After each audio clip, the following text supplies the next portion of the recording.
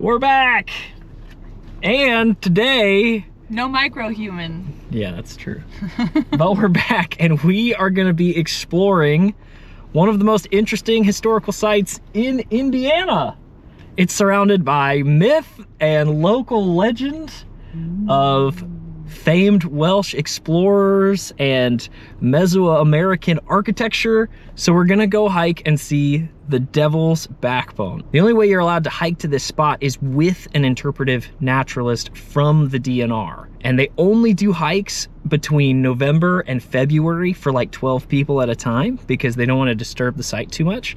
And we were lucky enough to discover that this was here and get a spot on the last hike of the year. On this episode of Ancient Apocalypse. We have recently watched Ancient Apocalypse, which is like comment below.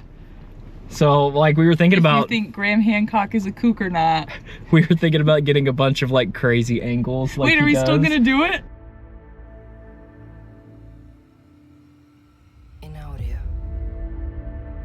People might believe that there's nothing extraordinary about Indiana, but they're wrong. What if I were to tell you it's home to a site President Thomas Jefferson considered to be one of the most important archaeological discoveries in the United States? Atop a ridge towering 240 feet above the river below lie stone ruins left by a forgotten architect, lost to prehistory. The remnants of a multi-tiered city with long, unmortared walls, circular mounds, and a centroid line following the winter solstice. It was believed by early settlers to be the fallen castle of the famed Welsh Prince Madoc, who sailed for new land in 1170. But could it really have been the home to a Welsh prince?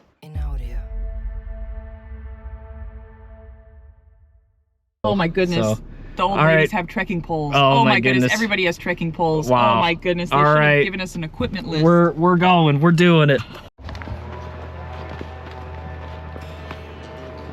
We're doing it. Devil's Backbone is a peninsula formed by the flow of 14 Mile Creek as it runs into the Ohio River.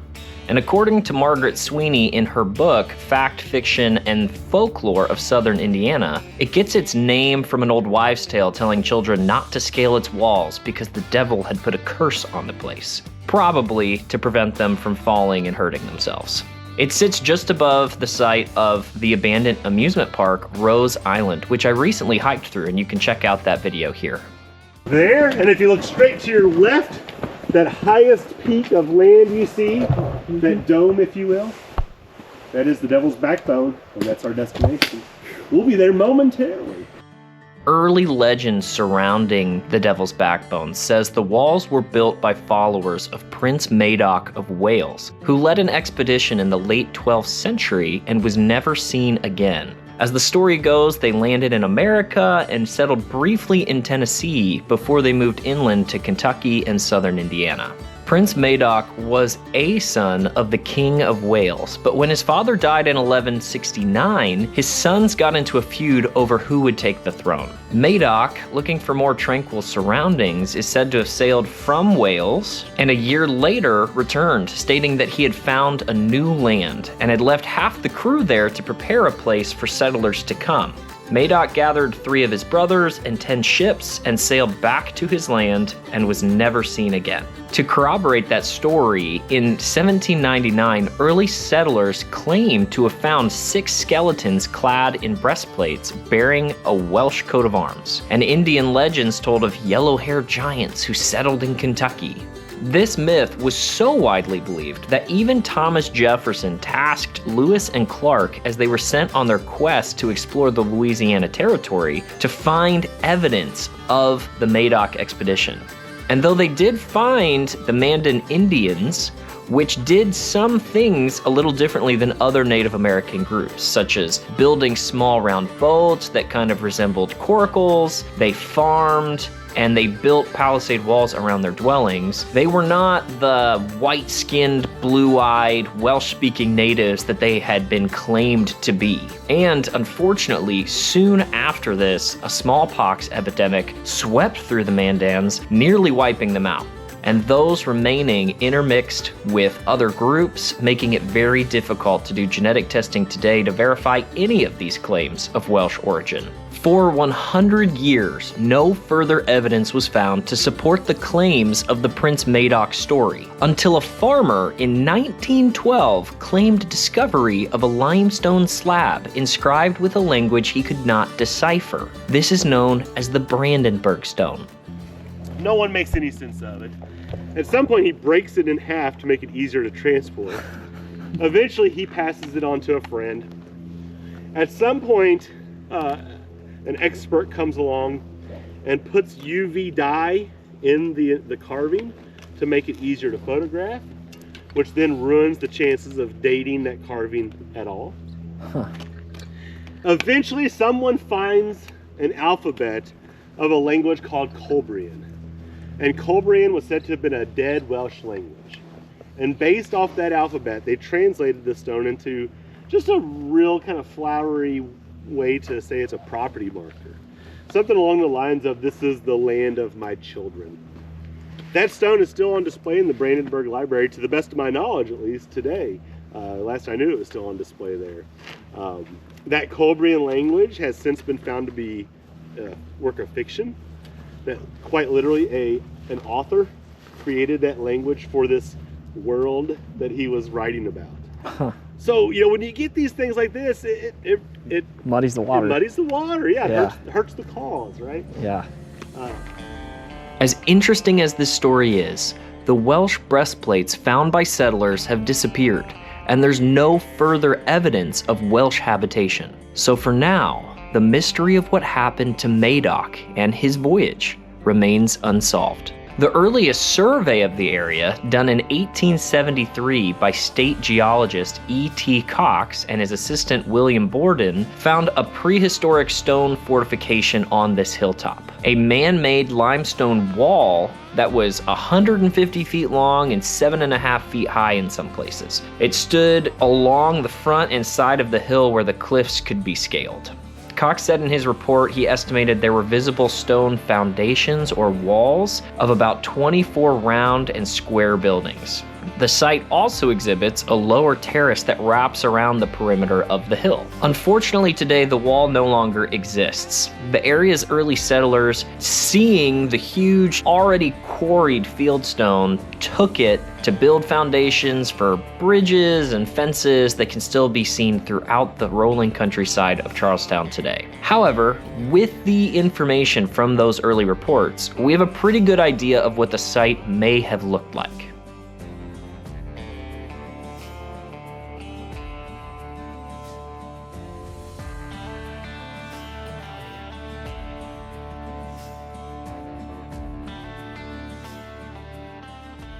The best way I could describe the backbone is a teardrop.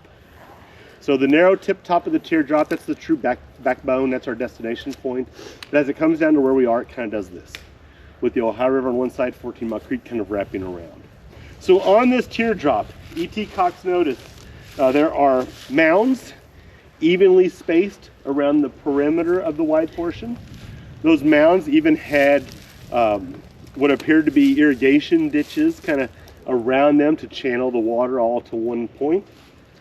He noted that half of the backbone was clear with evidence of past farming, the other half being standing timber. He notes a terrace appears to be cut almost all the way around the backbone, and that terrace you can see here in both directions. And he notes that there are man-made walls, stacked stone walls on this side. Some of those walls being over 100 feet in length, 7 feet high. Now, E.T. Cox was a geologist, not an archaeologist, so he didn't speculate as to who did the work or when the work was done, only that at that point, this site had been heavily altered by man and appeared to be very old. According to modern archaeologists, this site was possibly the home to the Hopewell people, who existed between 200 BC and 500 AD. Now, the Hopewell tradition does not describe a single tribe, but instead a network of pre-contact Native American cultures that flourished and exchanged goods along trade routes that reached all the way from Lake Ontario down to Florida. These people are well known to have converted raw materials into products for this exchange. Right down the river from the Devil's Backbone are the Wyandotte Caves, where Wyandotte chert is found. And if you don't know, chert is a mineral used for creating stone tools. And Wyandotte chert is some of the highest quality in the world and was heavily mined and widely distributed by this Hopewellian exchange. So the Hopewell tradition were in the right area, created mounds, and were advanced in stonework, which could have put them at the Devil's Backbone. But with limited study accomplished at this site, it's difficult to say for certain who created it.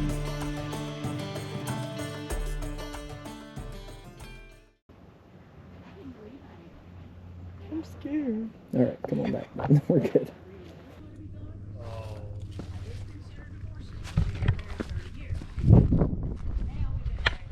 So one thing that we haven't talked about yet is that this whole area follows the centroid line that cuts through. This is it is in line with the sunset on the winter solstice. And if you do any amount of research on Mesoamerican culture and their architecture, it so often lines up with solstices and equinoxes. And I just think that's, you know, just another interesting piece of history about this zone. Can't be a coinky dink. Seems really unlikely that that would be a coincidence. And I don't know that Welsh settlers were too interested in the solstice. Maybe they were. I'll have to go look that up. When you come up here, you can start to see how important it would be for somebody, an archaeologist, to actually come out here and do a survey. Because if you're just looking around, everything is so buried or broken down that, you know, it's really hard to say to the untrained eye or to somebody who's not authorized to come out here and make alterations. There are secondary terraces that go around this whole thing. So if you look down there, and it wraps around here, and there's one on the other side too, where there's this top section, and then all the way around it, there is another terrace, flat terrace, that kind of wraps this whole ridge. Oh, really? That tree right there, it's at the bottom of the tree. we come up here last year. And chopped it? We opened it up and cleaned the trail off. And we stole the sticks away. He threw his stick over there. And we've been 3 times up here trying to find it. And couldn't find it. I get down to the bottom, but it's so hard. There's another little ridge there. Yeah. I can't get up to it. That is so funny. We bought another one. I hope I'm hiking when I'm 81. Oh, I know. These ladies are so cool. There's some ladies here who are still hiking mountains and hiking the Appalachian Trail and stuff. That's the dream. One of them just hiked 13,000 feet elevation in Nepal. That's insane.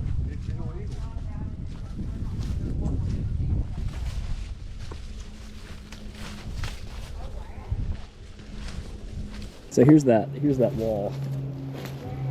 And it's like, you come out here, there's so many leaves and trees on it. You could pretty easily walk past that and have no idea that that was a man-made wall at one point. I feel like I'm carrying a torch. I'm gonna have to look up those endemic species again. I wasn't filming The plant them. ones? Yeah, I thought that was really cool. One was Sullivan Solventia, Yep, and the other one was, and the other one was something wart. yep, Black something spleen wart. yep. Well, I'm glad you're remembering better close. than me. You know, there's theories about it being kind of like a tiered living space, where back there would have been like the temple, and then there would have been like other dwellings that, you know, you can kind of progress away from. And now I gotta pay attention to walking. Why? Because Going you're going downhill. downhill. Careful, watch out. Watch your ankles. Are you fine? Need a hand? No! You gonna be I okay? don't want a hand. Okay. You sure?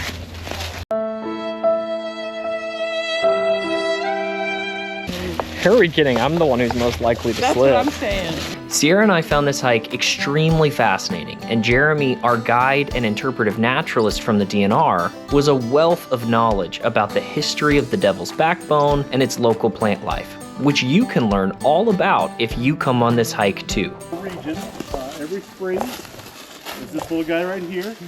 And it's called Harbinger of Spring because it's the first one to pop up and welcome spring is here. That's full bloom.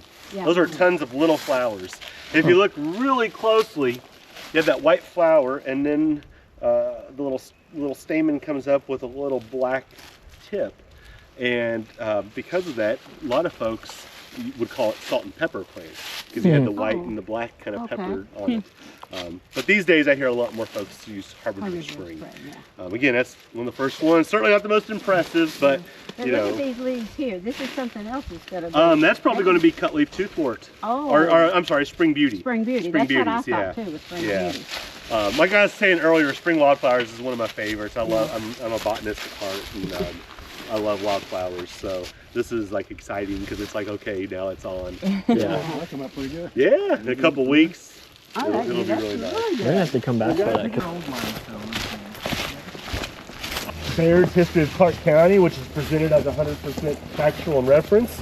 Saw too, and I don't know if you heard this as well, but some people pointing to who has a claim over the Americas, right? And the Spains are saying, well, Christopher Columbus in 1492, he's the earliest one. We have the claim, and then the Welsh Oh, no. potentially can say, oh no, 1170. We have not just a guy, but a prince who's gone out there, and Welsh should have a claim on that territory. And that's, I mean, so to the Lewis and Clark part. Yeah, But that right. Is it Thomas Jefferson's true mission for Lewis and Clark was to find these Welsh Indians. Yeah. Solidify that claim. Yeah. Jeremy, thanks so much, man. Hey, no problem at all. I really appreciate the hike. I think it was really informational, really fun. Yeah. And if you guys want to come and do this hike too, I'll put a link in the description so you guys can get in touch with Jeremy and come hear his stories and come see a really cool historical place in southern Indiana. So thanks so much, man. We appreciate Thanks it. for having me. Until an archaeological survey is done on this site, we won't have any real answers to its origins. So for now, the mystery remains. Could this be the home to a forgotten Welsh prince, or the site of a yet unknown Native American people? You'll have to come and see it and decide for yourself. You know? That'll be in the blooper reel. I'm always Solid. My stomach growled in the middle of that clip, so I hope you can't hear that. Ooh, yeah, get part of the tree in the Yeah, come on. Frame it, yeah. Stop right there. Say something to camera. I didn't know you're gonna do that, so now I'm gonna have to cut it. Okay, do it again. Go back down. There's people coming. Gosh dang it. That would have been so good. That's a good blooper. We'll let him go.